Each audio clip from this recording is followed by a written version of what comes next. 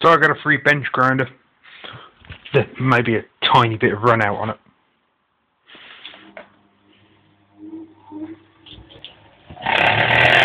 Yippee-ki-yay, motherfucker!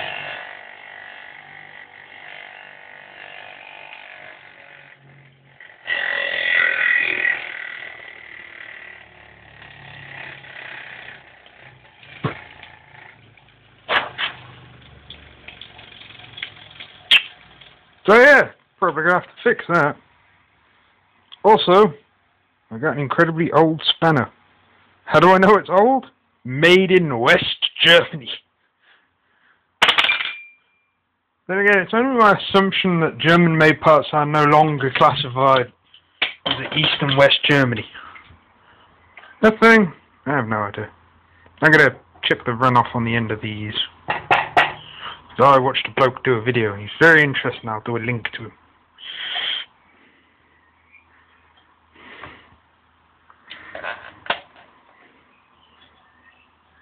See, this side ain't too bad. This side's like 2-3 mil. Maybe 1-2 mil. Have to bust out the DTR and find out. Tons of fun.